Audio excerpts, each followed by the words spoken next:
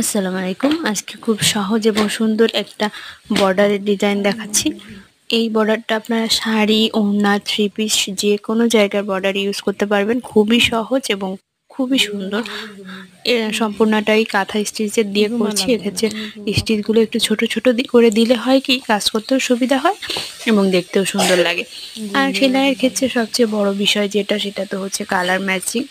Colour যত সুন্দরভাবে matching করতে পারবেন কাজটা তত সুন্দর লাগবে।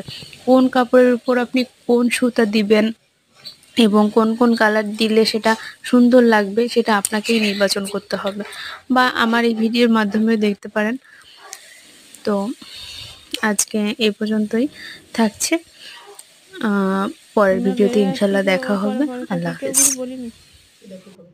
দেখা তো আগে চলে আসছেন একটু দেখা যাচ্ছে না।